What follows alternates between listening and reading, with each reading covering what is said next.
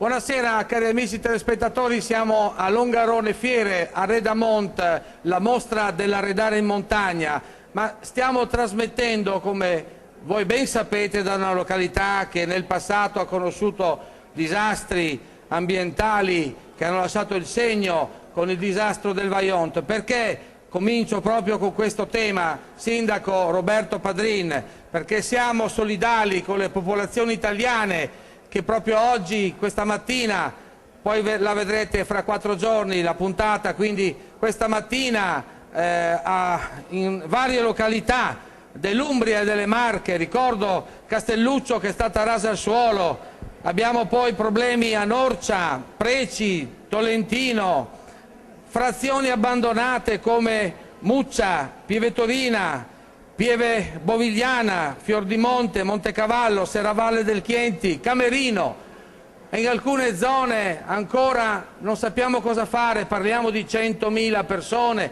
fortunatamente ancora non sappiamo se ci sono ancora morti, speriamo di no.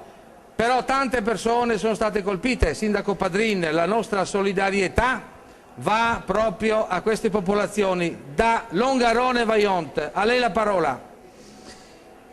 Penso che sia doveroso da parte nostra esprimere tutta la nostra solidarietà verso queste persone, verso queste popolazioni che stanno soffrendo questo disastro. Longarone è stata colpita e distrutta, ovviamente lì la genesi è diversa perché lì c'è stata proprio una colpa e una responsabilità dell'uomo.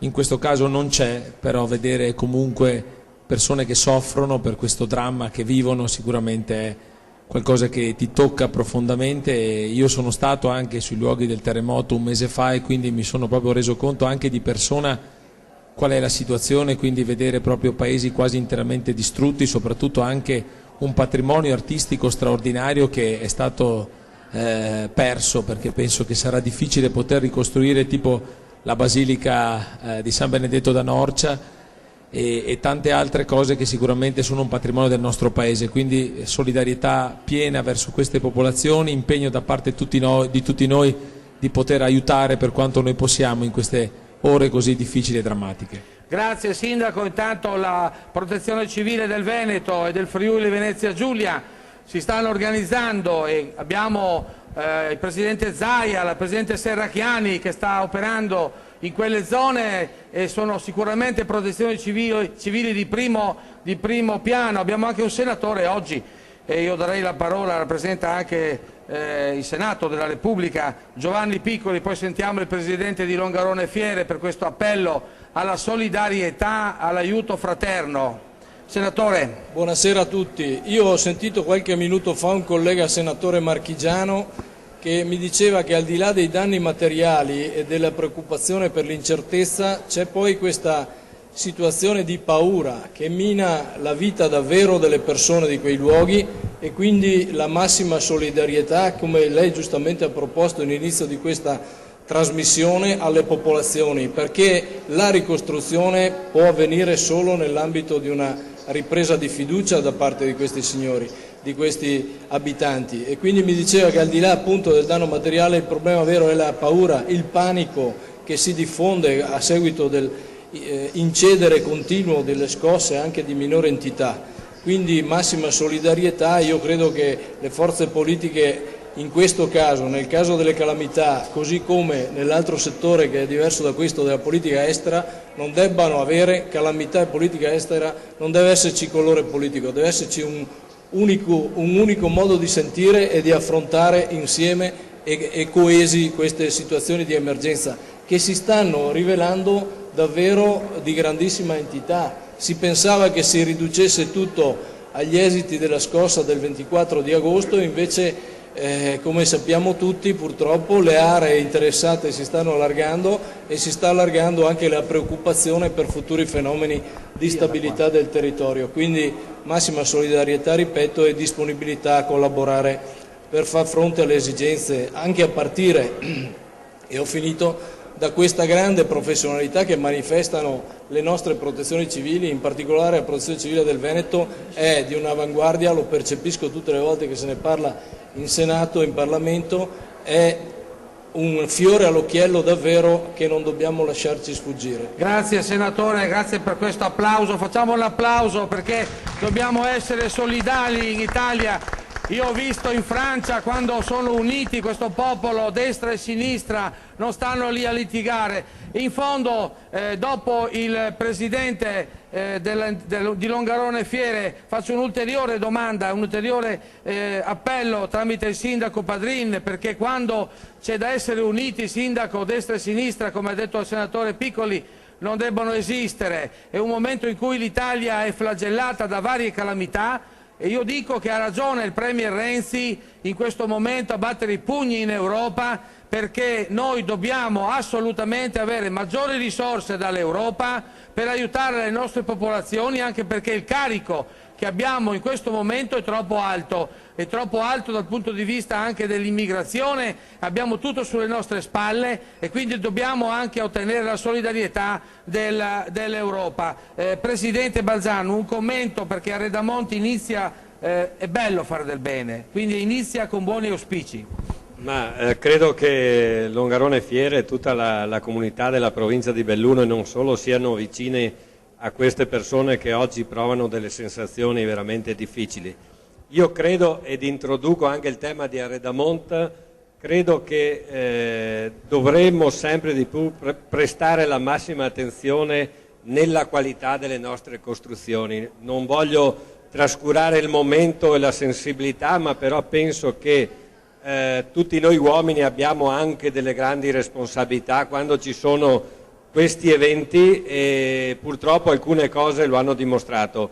Io credo che le fiere come Arredamont, ma non solo Arredamont, ma in tutta Italia, e costruire o fiere dedicate a quello che è l'aspetto della casa e della qualità, della sicurezza della casa, sia una cosa che debba diventare una regola di vita di tutti noi cittadini, perché tante volte magari tendiamo a risparmiare 10 euro e mettiamo in difficoltà la sicurezza della nostra casa che protegge la nostra famiglia. Quindi credo che culturalmente, e anche i convegni che vengono fatti, la formazione che vengono fatti, culturalmente tutti dovremmo crescere, e che la sicurezza della nostra abitazione è uno degli aspetti fondamentali a prescindere da questi eventi. Grazie Presidente, hai introdotto un tema molto importante, perché se avete visto, chi ha visto stamattina Rai News 24, ci sono alcune case che sono rimaste in piedi, quelle che sono state costruite con criteri antisismici sono rimaste in piedi, e allora dopo il sindaco Padrin lancio subito la palla alla scuola edile che abbiamo qui presente, rappresentata da Danilo De Zaiacomo, che poi parlerà, perché è importante lanciare questo messaggio di sicurezza della costruzione, perché noi siamo un territorio sismico. Ma prima lascio fare la considerazione al sindaco di Longarone su quello che ho detto prima, che l'Europa ci aiuti un po' di più.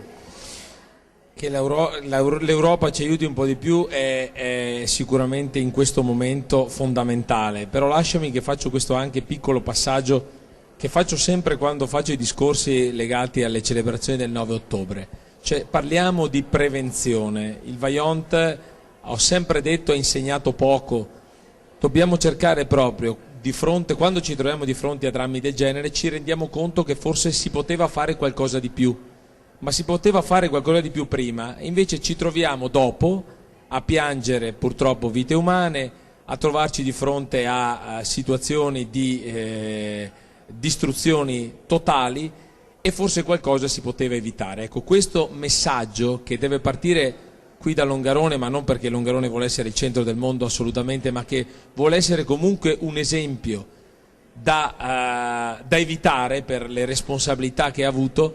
Ecco, da qui secondo me voglio lanciare questo messaggio. Veramente dobbiamo guardare con attenzione al territorio che noi amministratori amministriamo, ma che quotidianamente i cittadini vivono e che ci segnalano, perché solamente in questo modo riusciamo a fare qualcosa prima rispetto a quanto purtroppo dobbiamo piangere nel dopo. Ecco, questo mi pareva opportuno dare come messaggio. Per quanto riguarda il discorso dell'Europa, sicuramente in questa fase, soprattutto di fronte a dei problemi così grandi che stanno in questo momento attanagliando il nostro paese, penso che sia veramente arrivato il momento di mettersi attorno ad un tavolo, ma soprattutto di dare risposte concrete a questi problemi. Grazie Sindaco. Allora io lancerei, prego la regia di lanciare l'intervista che ho fatto all'assessore all'ambiente della Regione Veneto Giampaolo Bottacin, visto che parliamo di ambiente, e anche subito dopo del vicepresidente della Regione Veneto Gianluca Forcolin, che tra l'altro recentemente sono andati a fare azioni importanti sul territorio sia nel Bellunese che anche nelle località balneari tramite il sabbiodotto anche di Bibbione. Siamo con l'assessore all'ambiente Giampaolo Bottacin. Assessore, saremo a Longarone, il presidente Zaia vuol fare questa unione delle fiere del Piave, è molto importante perché unisce la montagna con la pianura. Le lascio un commento.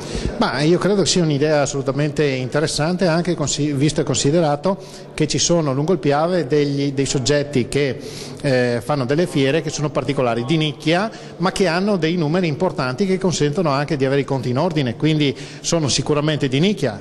Stiamo parlando di Arredamont, per esempio, che è sicuramente una fiera di nicchia riservata all'ambito montano, ma che genera un indotto molto importante che consente all'ente fiera, in questo caso di Longarone, di chiudere i conti in positivo, quindi assolutamente un ambito in cui è bene investire e spingere molto forte. C'è un miglioramento continuo da parte di questa fiera, ci saranno 110 espositori, 54 di Treviso e un 45-48 da Belluno, quindi è una realtà molto importante con un export in aumento dal punto di vista proprio delle vendite all'estero. Ma sì, è importante, ovviamente sempre di più chi lavora solo con l'Italia è in difficoltà, chi riesce a lavorare con l'estero invece cresce. Teniamo presente che tutto il settore del mobile in Veneto, in modo particolare quello l'arredamento di montagna, ha alle spalle un background molto importante che viene riconosciuto anche all'estero, e questo grazie ai nostri imprenditori che sono in grado, appunto in base alla loro storia e alla loro conoscenza di generazione in generazione, sono in grado di esportare nel mondo non solo un mobile ma quello che sta dietro al mobile, quindi anche un pezzo di storia del Veneto. Ci sarà anche l'intervista al Ministro che viene a fare la visita ufficiale a questa fiera, anche per portare i provvedimenti del Governo nei confronti della montagna. A riguardo che cosa ha da dire? Ma i provvedimenti della montagna intanto bisogna vederli, perché c'è una legge di stabilità che è stata presentata su delle slide, ma di fatto il testo non c'è, quindi aspettiamo questo. Io dico solo una cosa: sono stati annunciati 2,7 miliardi di ulteriori tagli alle regioni a statuto ordinario e invece 500 milioni in più per le regioni a statuto speciale, e questo mi preoccupa parecchio perché aumenta ancora il divario fra Belluno e il Veneto rispetto al Trentino Alto Adige. Arredamont, Longarone. È molto importante l'idea del Presidente Zaia, della Giunta e anche di Longarone Fiere insieme a Godega e Santa Lucia di fare una fiera unica, la Fiera del Piave. Ma diciamo che ormai diventa quasi anche un'esigenza quella di unire e fare sinergia su determinate nicchie, su determinate peculiarità, per cui la posizione del Presidente Zaia è assolutamente condivisibile. Fra l'altro quella di Arredamont è una fiera di nicchia che consente appunto una certa autonomia ma anche una certa autorevolezza, perché ha dei numeri importanti pur essendo appunto in un periodo particolare come quello appunto del mese di fine ottobre, insomma, e quindi un periodo particolare intermezzo fra quello estivo e quello invernale, però appunto ha delle presenze importanti. Mettere insieme dei prodotti comunque nella linea del Piave, anche in questo momento storico dove stiamo vendendo nel centenario della Grande Guerra il nome quindi del Piave, fiume sacro alla patria, può portare veramente un messaggio non soltanto per le questioni turistiche o comunque dei nostri fruitori nazionali, ma soprattutto quelli internazionali e quelli europei. Tra l'altro, Vicepresidente, ci sono 110 aziende, 54 sono di Treviso e il resto sono di Belluno, ma hanno un export in crescita, quindi è un dato molto importante. Da noi alcuni prodotti di nicchia stanno sfondando, tra l'altro appunto anche questo del mobile. Ma io ho avuto l'onore di inaugurarla lo scorso anno e apprezzare sicuramente quel prodotto che viene esposto, ma soprattutto quel know-how, quella creatività che solo i nostri artigiani possono avere, quindi siamo fieri di essere artigiani veneti che producono ed esportano nel mondo, e questo i cinesi, i giapponesi, milanesi, gli orientali non potranno mai copiarcelo, perché è il know-how veramente importante di questa creatività importantissima che danno l'artigianato locale. Longarone è in grado di dare un fiore all'occhiello proprio per esportarlo a livello internazionale e dare un messaggio anche di positività alla nostra imprenditoria veneta.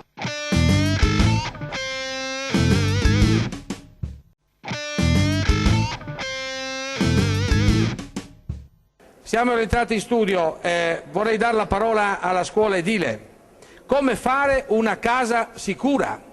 Perché poi è anche il tema di Arredamont. Sì, niente, intanto ringrazio Longarone Fiere per l'invito che ci è stato rivolto a partecipare oggi. La scuola edile ha una storia molto lunga, sono più di 60 anni che si occupa di formare le maestranze edili. In questi anni siamo anche molto contenti proprio perché abbiamo contribuito sia con la protezione civile, sia con i gruppi volontari, proprio per formare, cercare di aiutare tutte le maestranze che dopo vanno a intervenire soprattutto in queste situazioni di disagio. Tra l'altro la vostra scuola è una scuola di eccellenza a Sedico, no? Avrete anche un'iniziativa importante, mi pare adesso a fine novembre, con tutte le scuole d'Italia. Sì, noi abbiamo, prima scuola in Italia, portato un simulatore dalla Svezia per imparare a utilizzare questo tipo di macchine nella massima sicurezza. Questo simulatore, stiamo proprio parlando con la protezione civile veneta per far sì che tutti i volontari possano utilizzarlo per apprendere le basi per usare dopo queste macchine in emergenza. Praticamente la vostra formazione è immediata, perché voi formate tecnici in grado di guidare Caterpillar per le cave, fate delle professionalità molto richieste dai cavatori, dai cantieri edili, no? Sì, noi abbiamo una tradizione proprio tutta bellunese in questo settore, per quanto riguarda sia la perforazione che l'utilizzo di macchine di terra, che i rocciatori, gli sgacciatori. Quindi Sedico è molto importante non solo per la scuola edile ma anche per la scuola del legno, e quindi che si affianca a quella edile, Talo. Allora, certo, la scuola del legno è nata più di 30 anni fa, è diventata la principale nella formazione professionale del Veneto. Abbiamo tra tutte le sezioni quasi 150 ragazzi. Il nostro compito, abbiamo anche un corso per adulti, quindi che stiamo promuovendo in questo periodo. Il nostro compito è quello di creare e perpetuare quella che è una tradizione, una cultura che è propria del territorio, perché Belluno, Sedico in particolare, è nata e è costruita sul legno, perché alla fine una delle principali attività che esistono nel territorio è quello della lavorazione del legno. Vogliamo continuare a portarla avanti, sappiamo che i tecnici che usciranno a questa scuola potranno lavorare a Belluno, ma potranno in futuro anche essere richiesti da fuori in provincia, quindi l'apertura della fiera anche verso Treviso e anche la Camera di Commercio lo vediamo come un'opportunità sia per le imprese. Grazie direttore. Pensate che abbiamo un più 4,5% di dati di export del nostro prodotto Padrin, del legno, dell'arredamento di montagna, dei nostri mobilifici, che qui in questa fiera sono presenti 110 aziende, quindi parliamo di un comparto molto importante. Io sono fiero di dire che anche qui da noi c'è l'eccellenza. Ti lascio fare un'ultima considerazione perché so che dopo devi purtroppo lasciarci. Tu sei padrone di casa e quindi poi continuiamo anche con le altre considerazioni. Arredamont è un po' un fiore all'occhiello di quelle che è l'attività di Longarone Fiere, lo è sempre stata, sono 39 edizioni, diciamo che insieme alla Mostra Internazionale del Gelato che si svolgerà dal 27 al 30 novembre prossimo è veramente una delle fiere d'eccellenza e soprattutto in questi anni si è sempre più specializzata presentando aziende che sono delle vere e proprie attività, diciamo così, anche qua di eccellenza, soprattutto legate al mondo del legno, e girando per gli stand ci si può veramente rendere conto delle vere e proprie opere d'arte che sanno realizzare, quindi degli ambienti di arredo straordinari. Quindi penso che questo evento si sia sempre più specializzato da un lato, ma possa essere veramente la rappresentazione migliore di quella che è la produzione della nostra provincia di Belluno in questo settore. Una particolarità e innovazione ad Arredamont, mai ottimo il miglior sonno. Questa azienda dei fratelli Maso praticamente è innovativa perché basta fare un esame sulla postura della colonna vertebrale e nella fattispecie faremo quella del vicepresidente della fiera, Giorgio Bosa, e voi siete in grado di realizzare il materasso adeguato proprio per la spina dorsale di Giorgio Bosa. Parliamo con il posturologo. Sì, noi attraverso un macchinario riusciamo ad analizzare la colonna vertebrale, la morfologia della colonna vertebrale su come si adatta sul materasso e quindi riusciamo a costruire un materasso adeguato alla persona, adeguato alle esigenze della schiena della persona, attraverso queste analisi che andiamo a fare con il nostro macchinario. È un macchinario che attraverso fasci di luce luminosa fa questa indagine che non è invasiva per il cliente. È un brevetto vostro?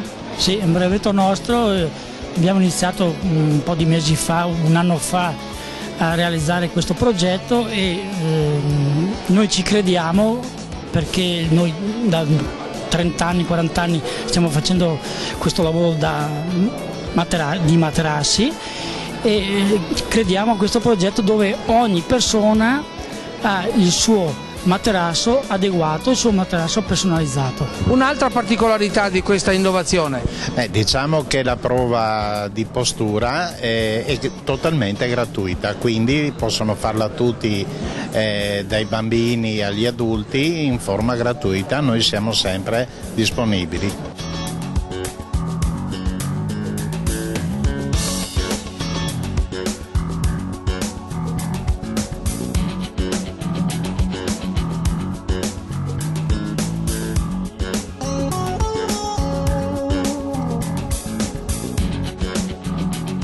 Per Arredamont, durante tutta la durata di Arredamont, My Optimo vi fa l'analisi gratuita della vostra postura.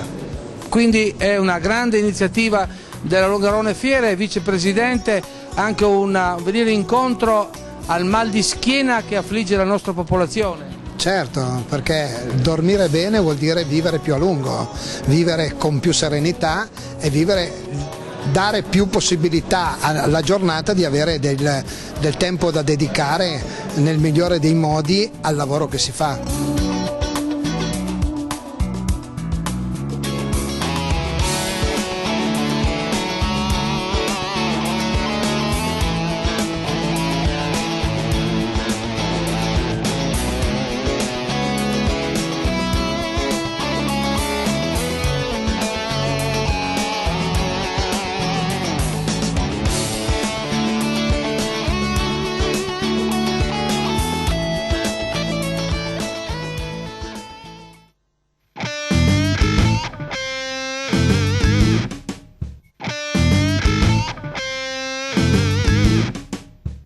Noi abbiamo i boschi, no? Claudia Scarzanella, abbiamo i boschi che sono come il nostro petrolio, perché il petrolio serve per mandare avanti le macchine, ma se non ci sono i boschi non si fa neanche questo comparto.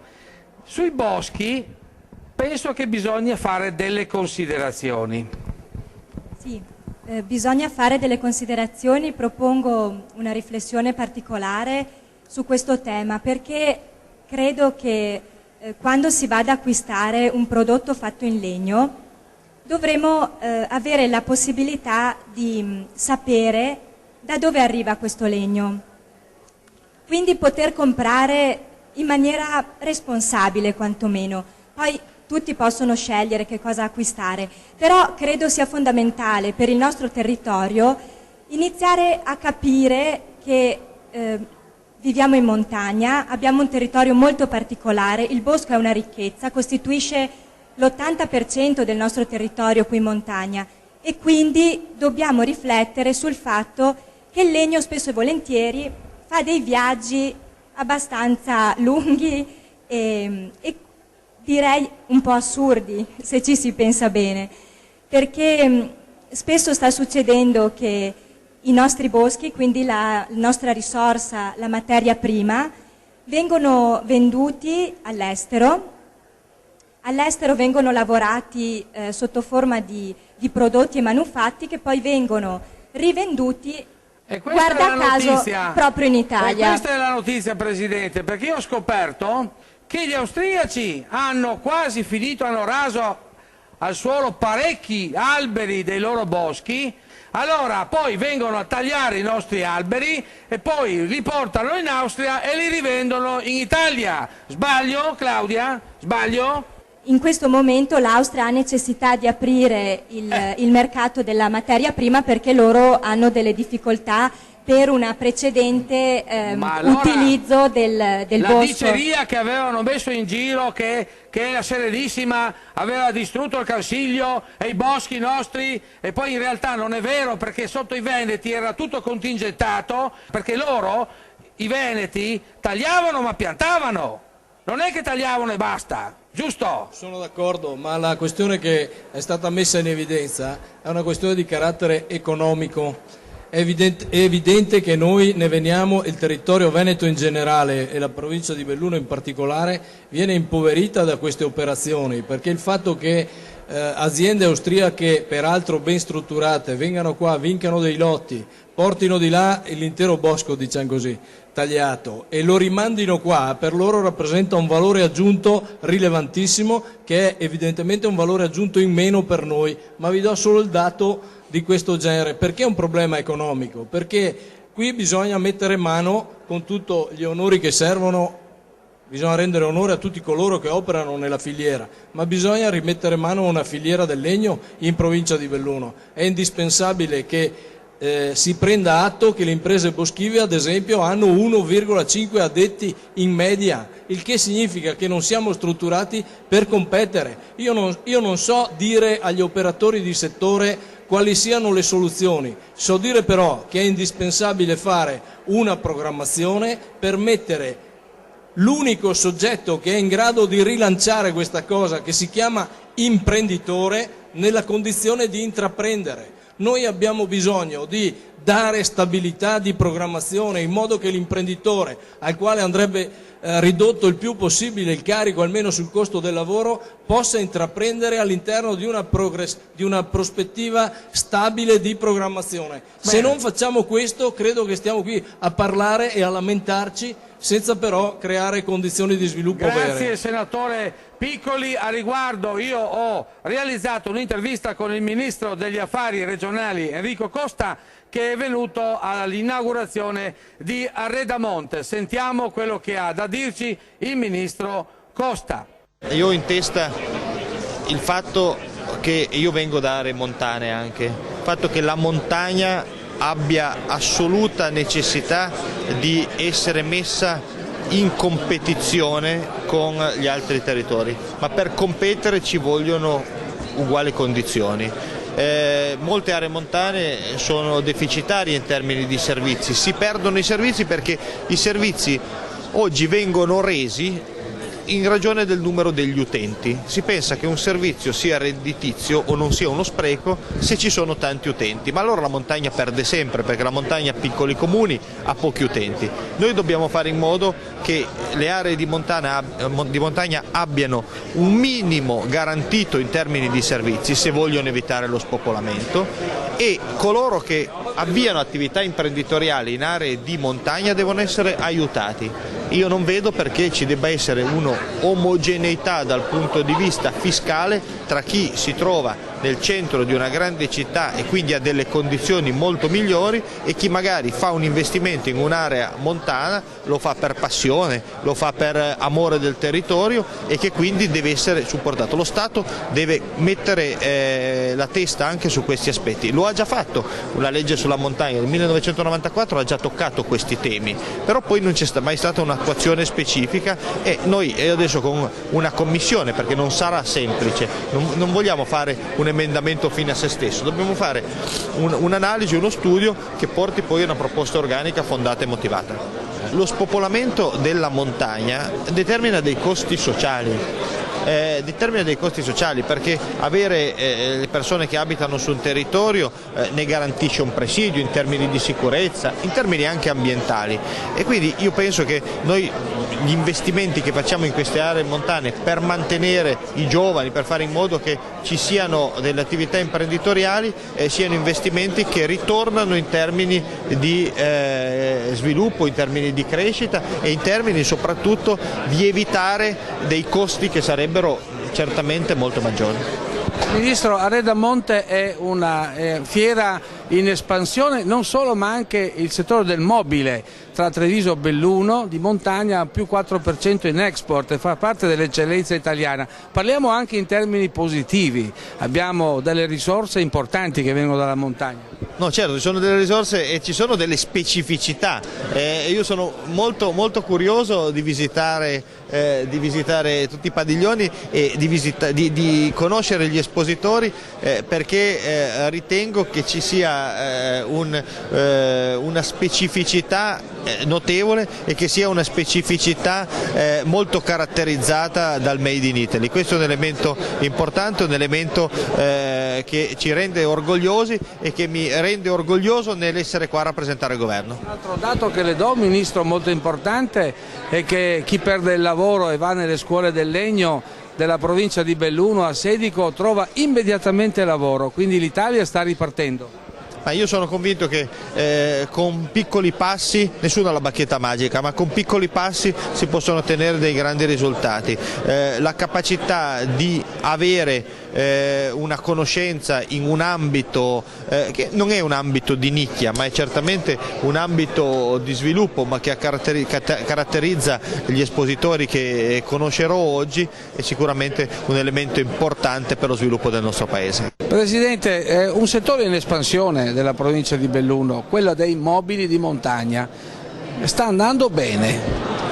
Sì, veramente è una delle eccellenze di questo territorio, e stavo proprio pensando prima che questi artigiani, che sono anche artisti, perché bisogna dire che sono anche artisti, vivono in un contesto così bello che dà loro la possibilità di trasformare questa bellezza in qualcosa anche di utile per la gente. E questi mobili vanno in tutto il mondo? Questi mobili vanno in tutto il mondo e sono richiesti da tutto il mondo, in modo particolare dall'arco alpino, che apprezza la capacità, la professionalità e l'inventiva dei nostri artigiani, anche delle piccole imprese. Tra i mobili che avete qua, più il gelato, sì, e in più avete anche l'eccellenza delle Dolomiti, sì, patrimonio dell'umanità, qualcosa si sta muovendo anche con questo governo. Sì, io credo che noi abbiamo le potenzialità per creare nuova occupazione, perché attualmente qual è il nostro problema, soprattutto delle aree marginali, pertanto montane, è quello dello spopolamento, e io dico anche sempre che perdiamo i giovani, per cui abbiamo poche nascite, perché certo sono i giovani che fanno figli, e soprattutto hanno energia e competenze per portare avanti questo territorio, e questo è il problema che dobbiamo risolvere oggi. Però direi che l'artigianato e la piccola industria in questo momento ci danno un forte contributo per mantenere la popolazione in montagna. Abbiamo sentito il Ministro, Presidente, qui bisogna all'atere di Arreda Monte lanciare un messaggio anche importante per le aziende, perché le aziende hanno bisogno dei boschi, hanno bisogno del legno, hanno bisogno di energia e hanno bisogno di una politica seria che tuteli i loro interessi. Lascio a lei la parola. È una domanda molto impegnativa, però io credo che a monte di tutto dovrebbe esserci, come ha anticipato un po' il senatore Piccoli, una programmazione seria che dice chi fa cosa, come e quando. Cosa che purtroppo nella nostra provincia non sempre avviene, perché dopo ogni settore, ogni centro di potere ha le sue decisioni, e questo non agevola spesso le aziende, e non c'è un piano strutturato, una filiera strutturata che dice da qui a 20 anni dove si arriverà con il legno, perché è evidente che noi ci facciamo portare via ma è altrettanto evidente che noi abbiamo bisogno di tagliare il legno in alcune situazioni dei nostri territori dove il legno ormai è arrivato appresso delle abitazioni, quindi è un insieme di politiche che dobbiamo costruire, cosa che oggi manca, è un metodo anche di snellire quello che è l'apparato burocratico. Io faccio sempre degli esempi. Noi dovremmo avere i servizi forestali, la forestale che autorizza a fianco dei cittadini e a fianco delle imprese nell'agevolare le procedure per il taglio di quello che è il piano di taglio di un bosco. Spesso e volentieri diventa più l'approccio burocratico difficile tale per cui le imprese o il cittadino anche normale non va a fare un taglio che potrebbe fare, potrebbe commercializzare, perché ha talmente tanti adempimenti che non servono. Quindi io ribadisco quello che è il mio principio di fondo: dobbiamo fare squadra destra e sinistra, dobbiamo fare squadra con le associazioni di categoria, tutti per tirare da una parte e avere un piano strutturato anche su quella che è la filiera del legno che oggi manca.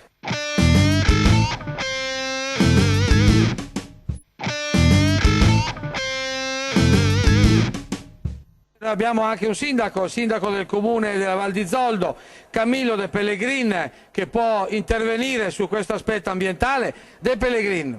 La ragione per la quale il bosco va in Austria non è poi difficile da comprendere, semplicemente perché gli austriaci pagano di più i lotti e i comuni sono nella condizione di vendere il bosco naturalmente a chi offre di più, è una questione normativa poi proprio.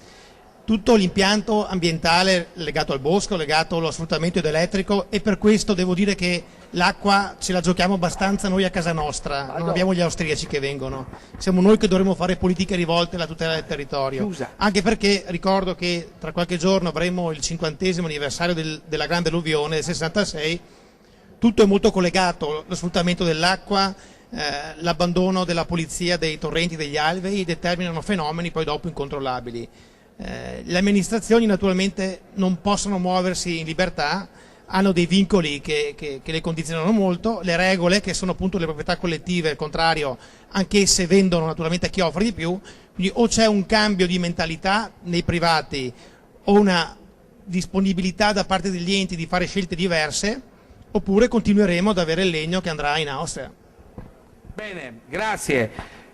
Una notizia importante, perché Giorgio Bosa è appena rientrato dal Marocco e si è incontrato col ministro delle infrastrutture e dei trasporti Aziz Rabbah a Kenitra, a Casablanca. Ci sono grandi novità che stanno nascendo, non solo le fiere del Piave, che sono molto importanti perché fa sistema e sinergia il governatore Zaia lungo questo grande fiume sacro alla patria, che è un marchio, perché il Piave oggi è un marchio, come anche l'Ongarone è un marchio, anche il Piave è un marchio. E poi questa importante iniziativa col Marocco. Il compito della fiera è quello di riuscire a far vendere le aziende che sono qua presenti per le varie fiere.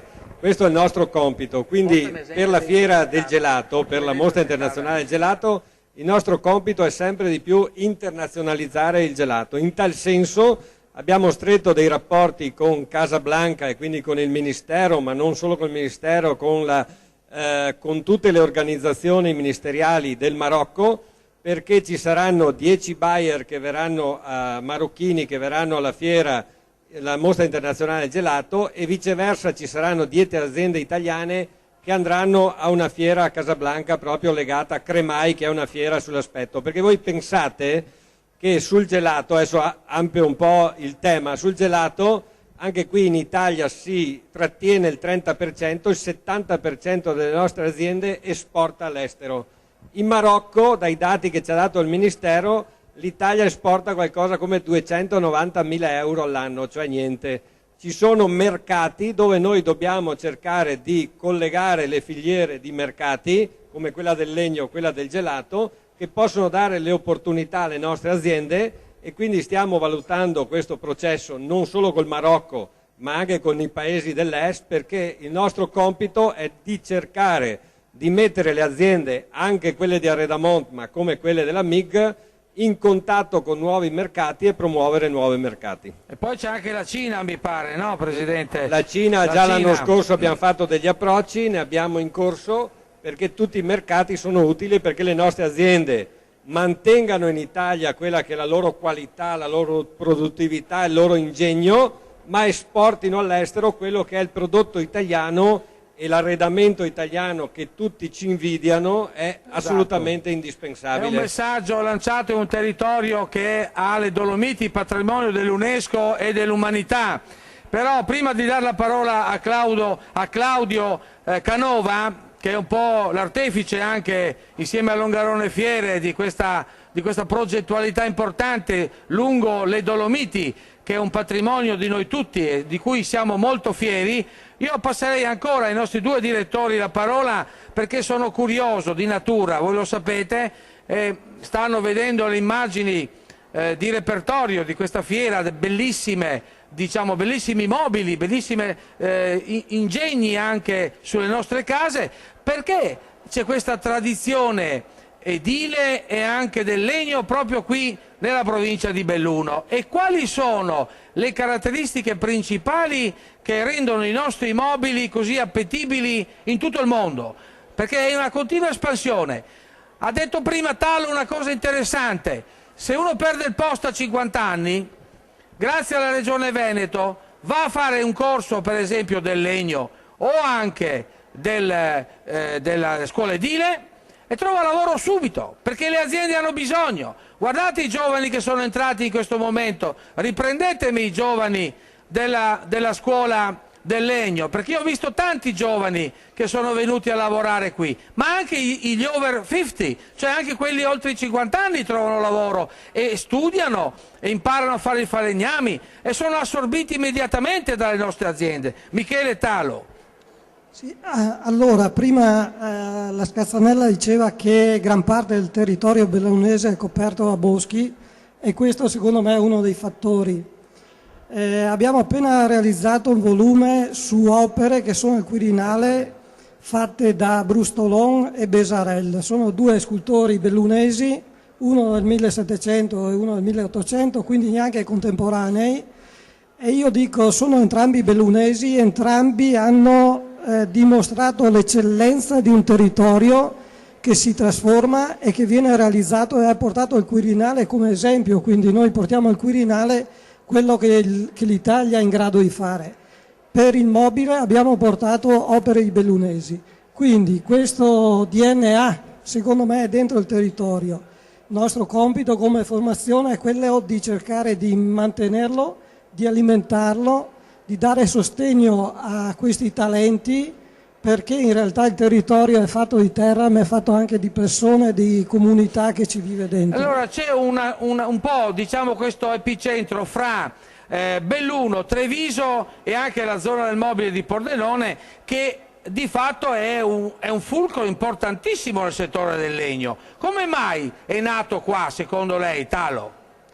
Per me storicamente è nato per questa ragione, un po' perché la nostra cultura era un po' chiusa, i territori un po' chiusi, ognuno a casa doveva abituarsi a fare un po' tutte le lavorazioni, e quindi questa manualità si esprimeva di padre in figlio. Ci sono le tradizioni che nei secoli sono sempre state migliorate.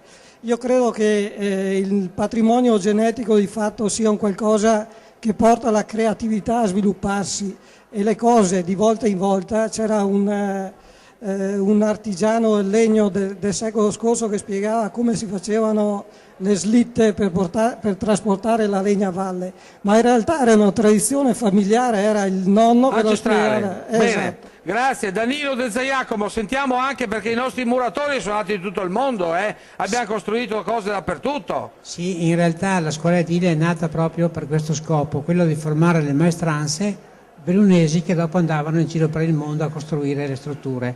Abbiamo fatto un'indagine di recente, abbiamo visto che ci sono maestranze bellunesi che hanno costruito un po', hanno partecipato alla costruzione di tutte le opere più importanti in tutto il mondo, dall'Africa agli Stati Uniti all'America del Sud, eccetera. Molti di questi emigranti dopo sono rientrati e sono anche divenuti piccoli imprenditori di successo, e hanno contribuito allo sviluppo della provincia di Belluno. Quindi dobbiamo veramente ringraziare questi queste maestranze che sono andate all'estero, hanno acquisito competenze ulteriori, sono ritornate, si sono messe in gioco e hanno creato imprese, hanno creato sviluppo. Grazie. Se qualcuno ha voglia di lavorare, senatore Piccoli, oggi perde il lavoro andando a Sedico in queste due scuole, qua trova il posto di lavoro immediato. Io però a lei faccio un'altra domanda. Le azioni che hanno promesso a favore della montagna del governo, il sostegno dato alla montagna bellunese, le autonomie che vogliono giustamente rivendicare tutte le montagne, perché un occhio di riguardo dobbiamo darlo anche alle montagne dell'Umbria e delle Marche, perché noi siamo in montagna, ma tutti coloro i quali vivono in montagna hanno dei disagi e quindi devono essere un po' compensati. Io, dottor Gandhi, credo che l'attenzione che va riservata alla montagna ultimamente la vediamo solo concentrata a favore delle regioni e province autonome, e io credo che questa operazione che è in corso di rinforzo delle regioni e province autonome non serva a nulla da noi. Noi dobbiamo pretendere che la competenza che attiene alla gestione dell'ambiente e alla formazione professionale resti in Regione Veneto. Private di queste due competenze, la nostra Regione non avrà modo di intervenire nella programmazione, e questo è importantissimo, non va dimenticato. Prima si è parlato, Arredamont è un momento in cui la tecnologia e l'innovazione è visibile a tutti ed è importantissimo, ma ci sono due livelli. La tecnologia e l'innovazione la fanno gli imprenditori che sanno di cosa parlano e la sanno fare, cioè le imprese italiane, le bellunesi in questo caso e le trevigiane, quelle del Friuli eccetera, dispongono della tecnologia necessaria. Quello di cui abbiamo bisogno e che manca è che queste imprese vanno messe nelle condizioni, sia in Italia sia all'estero, di esportare il prodotto. Se noi non le mettiamo in condizione di fare questo, e credetemi non le si mette in condizione di farlo, la nostra PMI non decollerà come merita, perché andare all'estero richiede una strutturazione, richiede un approccio che la PMI, cioè coloro che fatturano 3, 4 fino a 10, 12 milioni, non sono in grado di avere, e quindi il governo farebbe bene a dedicarsi enormemente a creare gli strumenti amministrativi e finanziari per sostenere le nostre PMI. E questo sarà il tema che affronteremo. Un applauso al senatore Piccoli, e poi sarà il tema che sosterremo in piazza Belluno. Il 9 di novembre faremo una grande iniziativa in piazza Belluno.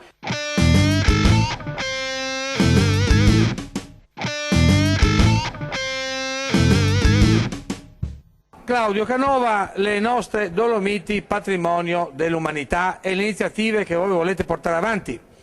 Sì, intanto grazie dottor Gandhi di questa opportunità che consente di parlare di questo progetto, un progetto nuovissimo, un progetto che traduce in pratica le tante volte in cui viene detto fare squadra, fare rete, trovare accordi. Noi siamo 5 società private capitanate dalla Flash for Dolomiti, c'è qui in sala Arturo Olivo, il suo presidente, io sono progettista e ideatore di questo progetto, e in partnership con Longarone Fiere per la prima volta in assoluto, e quindi qui un plauso al nuovo CDA, ai due Giorgi, dico sempre io, no? Al presidente e vicepresidente, che con l'elasticità mentale che hanno dimostrato e di apertura consentono questo nuovo evento.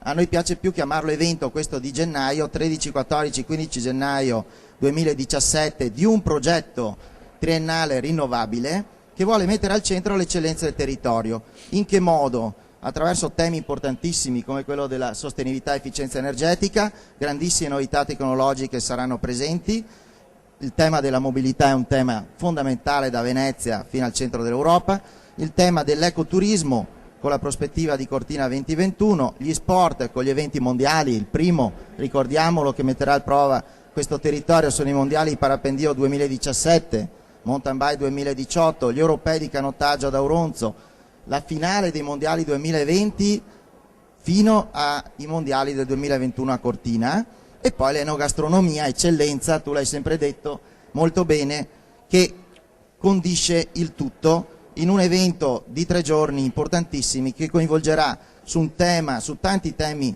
unici gli itinerari, che saranno anche gli itinerari di bike elettriche col tema dell'elettrico, Lì in fase nuova. ho visto un'esplosione di piste ciclabili, di biciclette dappertutto, c'è veramente grandi eventi stanno muovendo in questo territorio. Noi abbiamo la lunga via delle Dolomiti, che è la più bella del mondo, che da Dobbiaco porta oggi fino a Venezia, e intorno a questa via una serie di possibilità di turismo, da quello religioso a quello culturale a quello archeologico, sarà un altro tema importantissimo che avremo, a quello enogastronomico, a quello sportivo, che fa del Veneto una nazione straordinaria. Quindi è sì Fantastiche Dolomiti il nome, ma sarà ovviamente Fantastico Veneto, da Venezia fino a Cortina. Fantastico Veneto. Vedo che annuiva Ernesto Contessa, che è del Città. Lei si occupa dei tappezzieri, degli arredatori, di questa finesse che fa poi grande Arredamont, perché questi visitatori che stanno vedendo tutti gli stand si rendono conto che c'è un qualcosa in più in questa fiera. Certo. Però lei annuiva anche su quello che diceva Claudio Canova. Senz'altro, allora sì, io sono un tappezziere anche di base, faccio come mestiere il tappezziere. Vorrei partire un attimo perché potremmo ricollegare tutti i discorsi che abbiamo fatto in poche parole. La nostra grande cultura che ci previene dalla nostra storia, ricordiamoci che siamo nel territorio della Serenissima, quindi abbiamo la cultura del bello in tutto, dalla casa di legno, da tutto quello che facciamo. Io come oggi qui che rappresento la mia associazione che è CITA, la Consociazione Italiana Tappezzieri e Arredatori, che da 2 anni grazie all'ente Fiera ci permette di portare avanti un nostro credo. Il nostro credo è questo: vogliamo raccontare il mestiere del tappezziere perché ha un'arte e una cultura intrinseca che ci è stata rubata dalla grande distribuzione. Purtroppo oggi si pensa, e noi lo viviamo, che tutto sia grande distribuzione e basta. Invece nell'associazione che è nata nel 75, la CITA, quindi dai nostri padri fondatori, racchiude in sé dei grandi maestri artigiani che da diversi anni stiamo girando volontariamente, perché nessuno ci paga, ci mettiamo il nostro tempo al sabato e alla domenica per andare proprio negli spazi in cui ci ospitano, per far vedere cos'è un artigiano, cos'è la vera cultura di fare una cosa fatta bene, che non vuol dire costare di più, perché se io le faccio una poltrona che le dura 40 anni, la mia costa 40, con una poltrona fatta così. Chi spende però di più spende di meno. ecco, Chi spende quante di più ne ha spende di comprate meno. delle altre e poi la faccio sedere in una maniera comoda, che lei stia bene e che non le venga il mal di schiena. E ci crediamo in questo, ci stiamo investendo oltre alle 10-12 ore che facciamo in bottega, poi ci impegniamo a portare in giro per il mondo grazie a questi grandi enti che ci stanno accogliendo. Lo abbiamo avuto ad Omi Milano, lo stiamo avendo a Longarone, fra 15 giorni la Fiera di Trento ci ospiterà e ci stanno aprendo sempre spazi nuovi. Ci crediamo e portiamo avanti questo nostro credo. Grazie a Ernesto Contessa, un applauso a Ernesto Contessa. Presidente, si sta sentendo la piazza dappertutto, poi ovviamente guarda, la manderemo in onda. Ma perché voglio dire che è importante l'incontro della piazza anche di Belluno? Questa va in onda prima, poi ci sarà anche quella della piazza di Belluno, perché a Belluno, senatore Piccoli, noi dobbiamo portare anche queste cose qua, l'eccellenza delle Dolomiti, l'eccellenza del Veneto, le belle cose che abbiamo nel nostro territorio. Perché ne abbiamo tante di belle cose, a Cortina poi, cioè ci sono delle cose eccezionali in questo territorio. Quando diciamo di fare filiera intendiamo proprio questo, metterci in condizione di promuovere tutte quelle che il dottor Gandhi giustamente richiama, che sono eccellenze importanti. Questa eccellenza di cui abbiamo sentito ora a proposito di tappezzerie, di rivestimenti eccetera, è un ulteriore esempio che deve trovare le condizioni per essere collocato sul mercato. Allora se a Belluno il 9 di novembre registreremo una trasmissione sul tema, verremo preparati proprio anche con delle proposte concrete, perché le PMI hanno la bontà di essere bravissime a fare le cose e hanno bisogno di essere sostenute per commercializzarle. Grazie, e quindi senatore. questo è un futuro di programmazione importantissimo. Grazie. Ha chiesto la parola il direttore della scuola edile Danilo De Giacomo, al quale gliela do, però non prima di aver sentito l'imprenditoria giovanile, perché qua abbiamo oggi Claudia Scarzanella che parlerà anche di questi giovani bellunesi. Ecco, l'imprenditoria giovanile del bellunese e in particolare il suo settore delle segherie. Sì, mi ricollego a quanto detto prima e quanto detto prima dal senatore Piccoli rispetto al fatto che ci sia una problematica a livello di struttura delle aziende, perché molto spesso sono piccole e non strutturate per affrontare il mercato globale.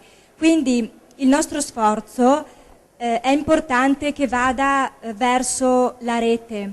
L'unione fa la forza, secondo me, ed è per questo che Longarone Fiere, proprio in occasione di Arredamont, venerdì 4 novembre al pomeriggio ha organizzato una tavola rotonda in cui tutta la filiera del legno si incontrerà, quindi dal proprietario forestale, regole, comuni, ma anche privati, perché ricordo che oltre il 60% della proprietà forestale in Italia è dei privati, quindi non c'è escluso nessuno in questa filiera e se noi riusciamo a confrontarci, a parlarci, a capire quali sono le difficoltà del settore, sicuramente credo potrebbe esserci una proposta dal basso verso l'alto, perché credo sia molto importante per noi imprenditori non aspettarsi sempre qualcosa che gli amministratori dall'alto possono cogliere per le nostre esigenze. Credo che noi dal basso dobbiamo, dopo un confronto e facendo rete, dobbiamo proprio proporci e dire quali sono le nostre problematiche. Credo questo sia fondamentale. Grazie. Claudia Scarzanella ha chiesto la parola. Danilo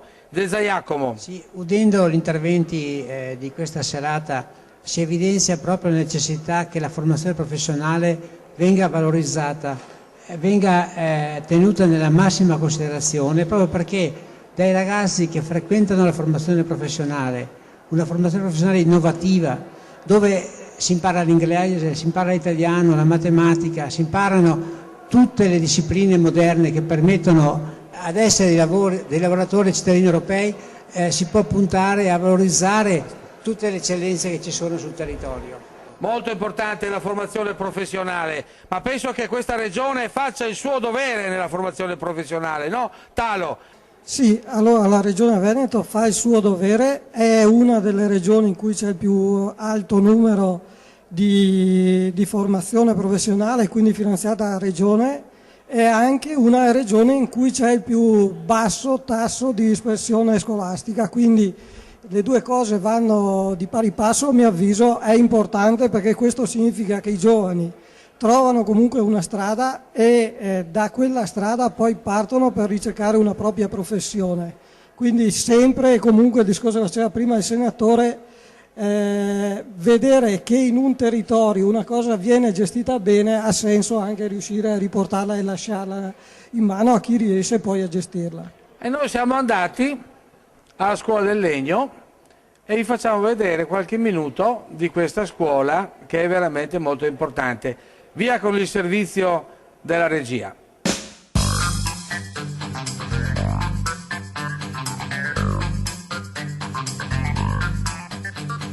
Siamo a Sedico, al centro consorzi, alla scuola del legno, una scuola bellissima perché chi vuole imparare a lavorare il legno, direttore Michele Talo, a qualsiasi età, sia giovane che anziano, può venire qui a Sedico.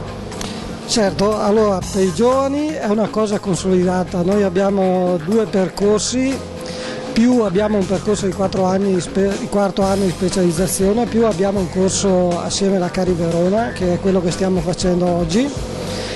Poi per gli adulti quest'anno la Regione ci ha finanziato anche un corso che prevede una formazione metà teorica, metà pratica, permette anche di qualificare le competenze che uno ha e quindi chi vuole diventare praticamente qualificato nel legno in un anno può fare questo percorso tra di noi, quindi anche gli adulti quest'anno possono fare questo. Oltre a questo abbiamo anche dei corsi serali per appassionati di scultura, per fare lavori, maschere e altre iniziative di questo tipo.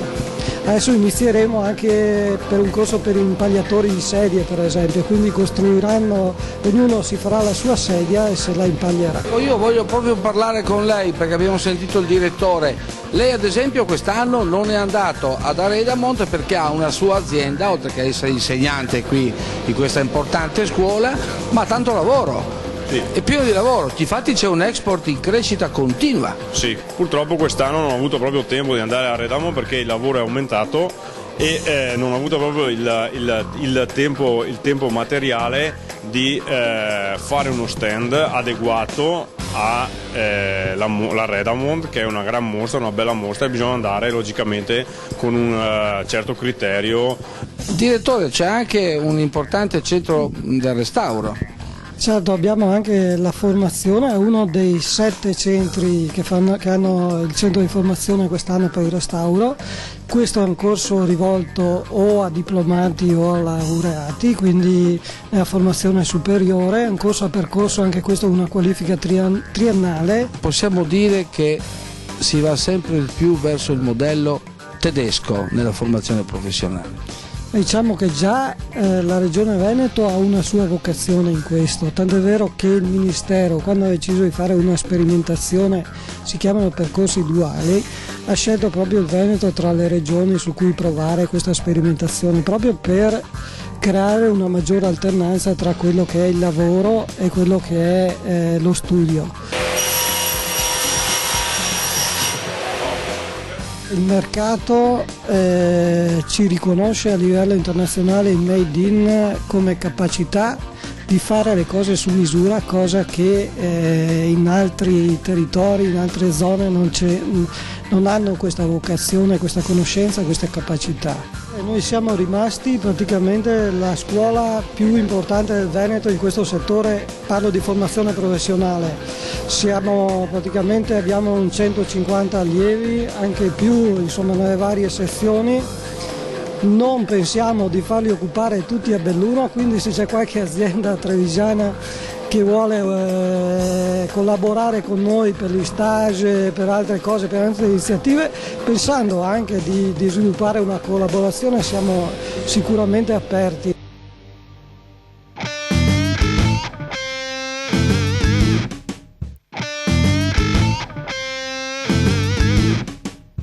Presidente, allora Aredamont, come è costruita? Allora intanto volevo ringraziare sia la scuola edile sia il centro consorzi, dei quali noi diamo sempre la disponibilità ad essere presenti nelle fiere di competenza, ovviamente Costruire e Aredamont, ma anche Agrimont, che sono fiere dedicate al settore, perché con loro c'è un rapporto che io auspico sia sempre più produttivo, e anche con le associazioni di categorie, perché noi siamo un contenitore che ha bisogno di idee, di proposte, anche quindi proprio per stimolare i nostri giovani ad avere anche delle prospettive importanti. Questo lo dico chiaramente. Aredamont arriva alla sua 39esima edizione, quindi un plauso a chi l'ha pensata, evidentemente, che non siamo noi, ma giustamente chi l'ha sempre mantenuta. Io parlo per dire che ci sono 230 marchi di espositori, per cui questo è un grande risultato.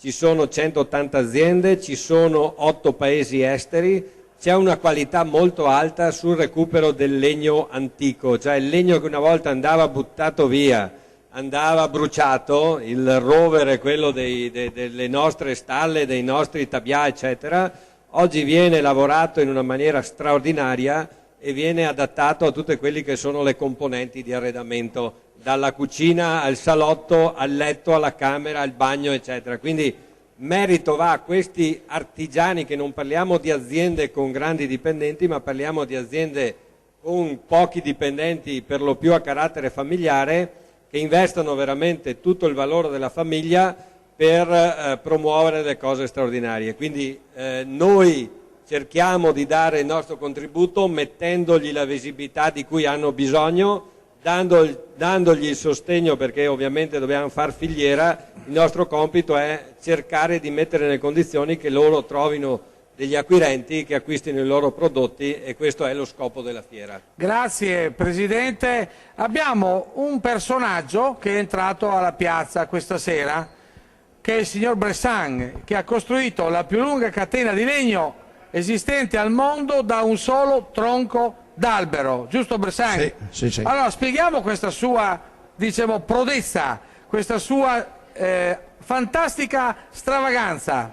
Ma siccome c'era già un precedente record americano e parecchio lunga, e allora io ho voluto battere quel record, sì, riportarlo qui in Italia, specialmente qui nel Veneto. Questo signore ha battuto il record americano, vi rendete Sì, conto? sì, Facciamogli un applauso, facciamogli un applauso. Praticamente è stata costruita da un unico tronco senza alcuna aggiuntura, 186 metri e 38 centimetri. E come ha fatto? Un lavoro di 2000 ore. 2000 ore? Sì. Ci sono riuscito e ho concluso. Ha vinto il Guinness Sì, dei sì, primati? ho il Guinness dei primati e inviato da Londra, che la catena è qui esposta. E poi la facciamo vedere, andiamo a riprendere questa catena. Sì, sì, è qui esposta qui. Sì. Andiamo a riprenderla perché Sì, il Presidente è anche molto onorato di ospitare questo Guinness dei primati, vero Giorgio? No, assolutamente sì, no, volevo aggiungere una cosa che ho trascurato prima, ma che riguarda quelle che sono le possibilità del risparmio per chi acquista dei prodotti attraverso anche la fiera, ma non solo, per quanto riguarda la possibilità delle detrazioni fiscali, perché è importante suggerire anche ai cittadini che hanno delle opportunità per quanto riguarda il cambiamento di quelli che sono Arredamont, fa anche dei convegni, fa anche delle iniziative mirate a questo, perché dalla tappezzeria all'arredamento all'impiantistica c'è la possibilità di avere dei benefici fiscali che vanno e alla sicurezza, perché ci saranno anche sulla sicurezza, quindi la staticità degli edifici, per cui è importante conoscere bene, è importante affidarsi alle aziende serie per avere anche questa opportunità e quindi risparmiare qualche soldino nell'arco degli Ma anni. allora tu sai che mi occupo di comunicazione,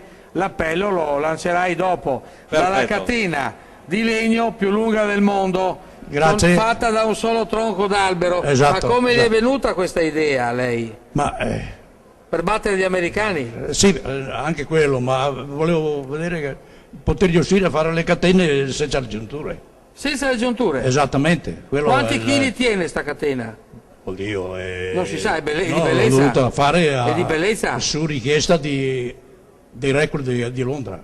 Del record di Londra? Sì, ho dovuto fare su richiesta tutto. 2000 ore significa quanto ha lavorato poi? Quanti giorni? 7 mesi. 7 mesi?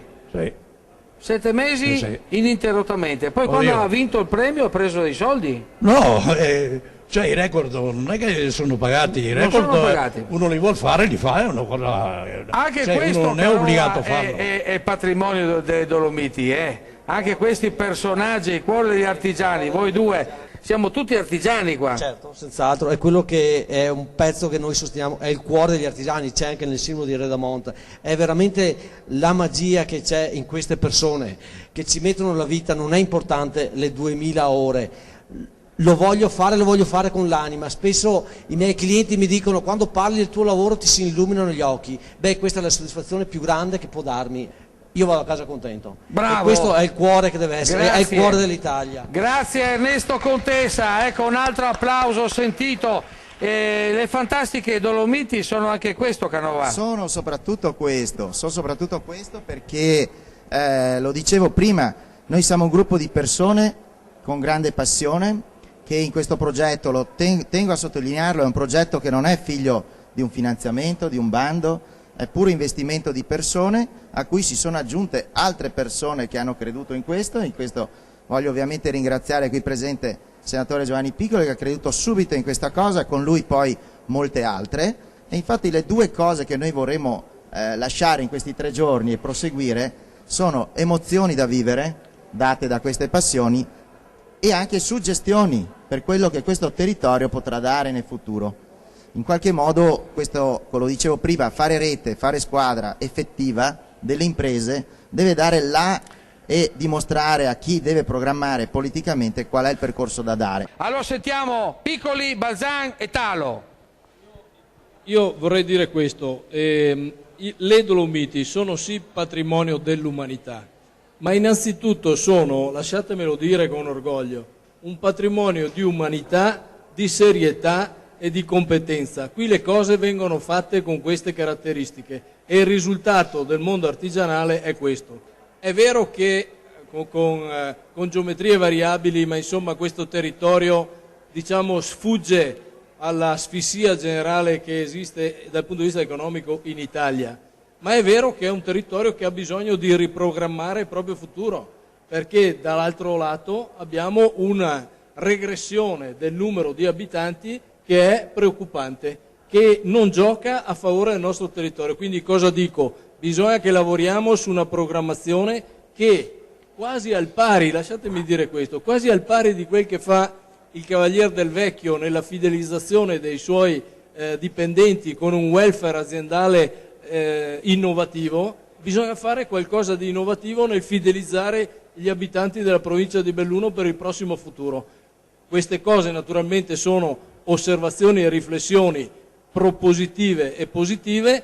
Mi lasci concludere così, dottor Gandhi. Io credo che le due scuole che abbiamo qui alla mia destra, in termini di formazione professionale rivolte ai giovani che sono qui in platea tra l'altro, e soprattutto per la parte che a partire dalla scuola si espande in formazione professionale continua ed aggiornamento a favore delle imprese, siano l'esempio da seguire in questo ambito. Bene, grazie senatore Giovanni Piccoli.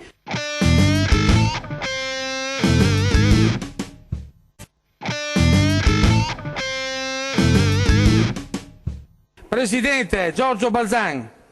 Io sono convinto che noi abbiamo bisogno, per mantenere il valore del nostro territorio, comunque di decidere una strategia, di avere delle infrastrutture. Non possiamo dire di no a tutto, ma io non entro nell'aspetto politico, però dobbiamo fare una pianificazione da qui a 20 anni, cosa che forse i nostri genitori hanno fatto, e noi oggi siamo un po' più campanilisti, un po' contro il tutto. Secondo me bisogna confrontarsi, avere il coraggio di confrontarsi, di definire una strategia che tenga conto del valore del patrimonio, delle Dolomiti, della cultura delle nostre persone, della passione delle nostre persone, ma insieme dobbiamo stabilire un progetto, perché il 2.0 deve arrivare dalla provincia di Belluno, forse anche non solo di quella di Belluno, e con molta serenità e con molto spirito di sacrificio, secondo me, come i nostri anziani hanno dimostrato di avere. Beh, è molto importante, Presidente, sarà occasione per fare questo dibattito quando arriverà il Presidente Zaia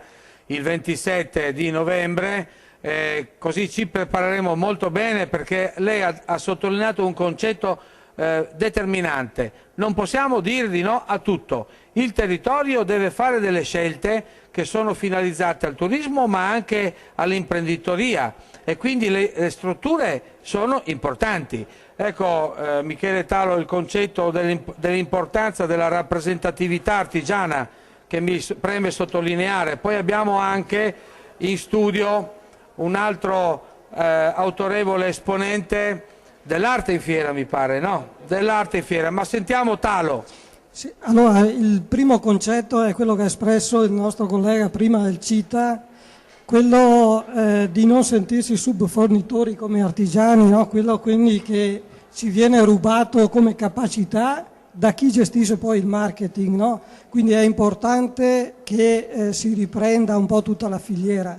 Io credo che la rappresentatività, noi abbiamo creato da poco assieme agli imprenditori Rete Imprese Dolomiti con un obiettivo, uno quello di ragionare sullo spopolamento di cui faceva riferimento il senatore Piccoli prima, un altro per comparti diversi, quindi di non essere fossilizzati, gli artigiani vanno da una parte, i commercianti da quell'altra, i turisti dall'altra e gli agricoltori dall'altra, ma l'importanza che ci sia fra tutti un collegamento, perché poi i servizi vengono dalla unione e ogni settore di fatto si interseca con l'altro. Se vogliamo promuovere il turismo non possiamo farlo senza chi lavora nel territorio e chi produce nel territorio. Prima di dare la parola a Arte in Fiera, Danilo Zaiacomo, vogliamo annunciare quel grande evento di fine novembre? Sì, il 23 di novembre noi avremo presenti a Serico tutte le scuole edili d'Italia, perché presentiamo il nuovo simulatore di cui parlavo prima. Il simulatore l'abbiamo fatto arrivare dalla Svezia, tramite la Volvo, ed è un'attrezzatura che in sicurezza permette sia ai ragazzi nostri ma anche a tutti gli operai, operatori della protezione civile eccetera, di imparare a usare queste macchine stando al caldo in un'aula scolastica. Grazie. Siamo in chiusura e quindi dobbiamo dare velocemente la parola al rappresentante di Arte in Fiera. In fondo Arte in Fiera è una costante, Presidente Balzan, è una costante perché l'altra volta c'era Arte in Fiera, c'è anche Arte in Fiera questa volta. Perché hai scelto di tenere Arte in Fiera come costante? Perché l'arte è una parte di cultura e quindi assolutamente è un valore aggiunto non solo delle Dolomiti ma del Veneto, dell'Italia, e quindi l'arte secondo me è sempre indispensabile, la cultura fa parte del nostro DNA. Ecco, intanto Arte in Fiera. Arte in Fiera è una realtà ormai di Longarone Fiere che dura, iniziata nel 2005, così, quasi per gioco, con un padiglione, con tanti amici che sono venuti, e poi di anno in anno si è conquistata una sua posizione nell'ambito delle fiere d'arte in Italia, e devo dire che è una tra le più longeve in Italia, quindi per Longarone è una bella soddisfazione anche per me. È una fiera che ha sviluppato diversi momenti passando attraverso le varie crisi, tuttora non è che sia una cosa superata, però il rinnovarsi continuamente ha portato a consolidare una posizione che dà le sue soddisfazioni. Chiaramente tutto questo nasce in collaborazione con Longarone Fiere, che senza il supporto di Longarone Fiere questo non era possibile. Indubbiamente negli ultimi anni c'è stata una spinta, su questo è vero, e speriamo di continuare su questa strada. Facciamo una piccola rivoluzione quest'anno. Passiamo dopo 11 anni di consolidata collaborazione con i Sapori Italiani, un'altra bella fiera, si cambia perché c'è sempre la voglia di cambiare e andiamo con ricostruire il 3, 4, 5 di marzo, e quindi sarà una bella sfida perché manca poco tempo, per cui bisogna muoversi in fretta, visto che è finita un mese fa praticamente Arte in Fiera Dolomiti. Grazie, siamo in chiusura, vi aspettiamo numerosi il 9 di novembre in piazza Belluno, saremo lì da Deon, alla pasticceria Deon. Tra l'altro ci sono le ricorrenze, i festeggiamenti dedicati a San Martino. Su San Martino il senatore Piccoli farà una riflessione dopo, perché è un santo molto importante, perché rappresenta anche la chiusura del patto annonario, quindi abbiamo tanta gente. Poi chi non mangia la l'oca a San Martino non prende un becco di un quattrino. Vi ricordo l'11 di novembre di mangiare l'oca, queste sono le nostre tradizioni e vi assicuro che funziona. Provato io personalmente, mangiate l'oca a San Martino l'11 di novembre. Allora, Claudio Canova, in chiusura, le fantastiche Dolomiti verranno anche a Belluno in piazza per lanciare i grandi eventi, però c'è qualcosa anche di segreto, c'è qualcosa di particolare speciale, di particolarmente speciale. Non so, penso alla pesca, penso a tanti settori che ti piacciono. Sì, sicuramente saremo sempre invitati da voi e vi ringraziamo il 9 di novembre.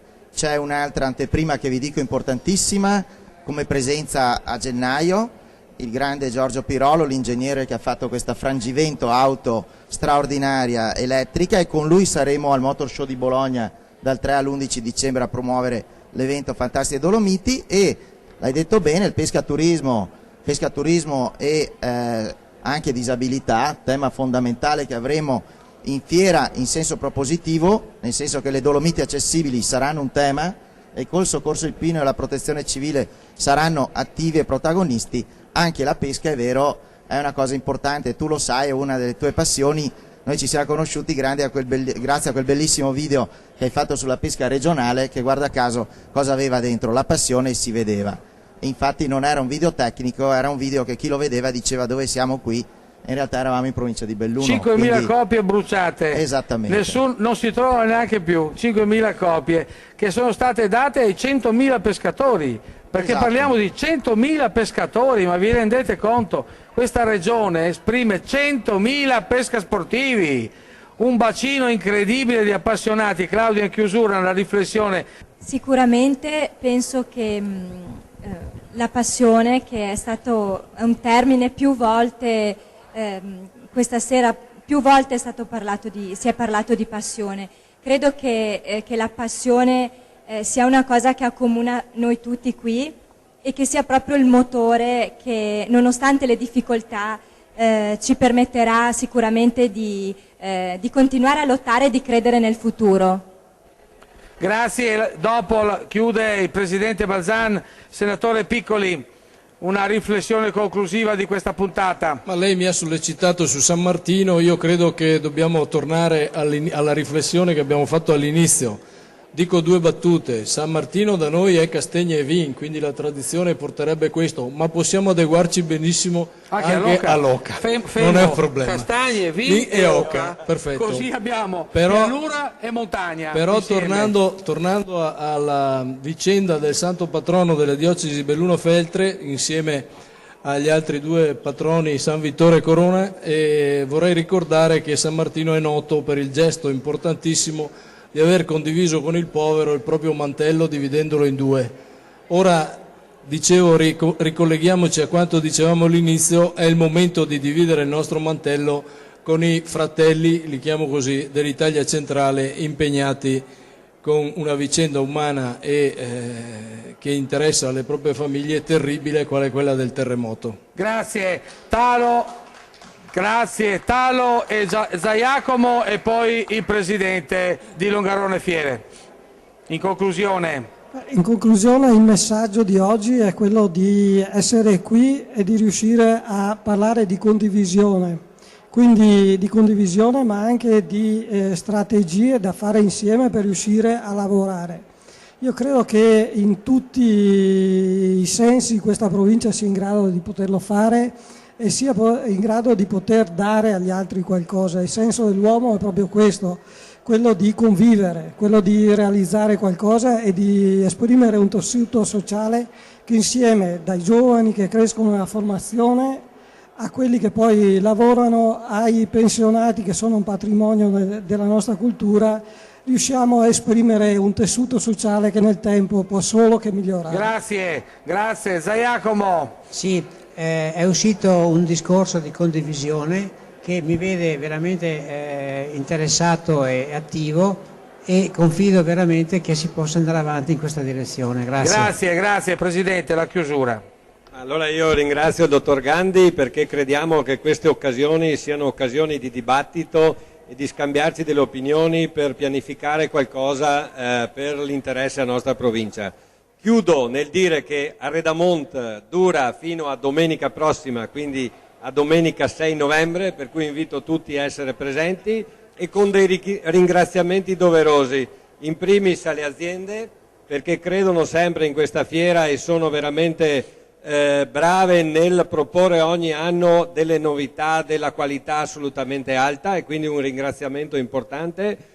Un secondo ringraziamento al personale di Longarone Fiere perché la passione è fondamentale e il personale è fondamentale perché la fiera vada avanti con le proprie gambe, a prescindere da chi è il Presidente, da chi è l'amministratore di turno. Una riflessione sulle fiere del Piave, Presidente. Arrivo anche a quella e chiudo con quella. Un grazie ai colleghi del CDA, in particolare al Vicepresidente Giorgio Bosa, perché lavorano gratis, e anche questo va detto, ok, è importante dirlo. Un grazie a chi c'è dietro anche tutta la parte di servizi e quindi alla Proloco di Longarone, perché ogni tanto ci dimentichiamo che c'è un gruppo di volontariato che lavora dietro e che fa sì che i bar siano funzionali, che ci siano i servizi, quindi è doveroso ringraziarli e questo è importante perché senza il volontariato, senza la passione non si va da nessuna parte. Per quanto riguarda le filiere del Piave, io spero che il Presidente Zaia finalmente ci dia la data per firmare questo accordo con Santa Lucia, con San Donà, per condividere un calendario unificato, per condividere una collaborazione. Abbiamo avuto anche una richiesta da parte della Fiera di Godega di entrare in questo pacchetto e fa parte di quella sinergia dove si può promuovere la montagna al mare e il mare alla montagna. Buona Arredamont a tutti! Viva Longarone Fiere! Buonanotte, alla prossima! Ciao!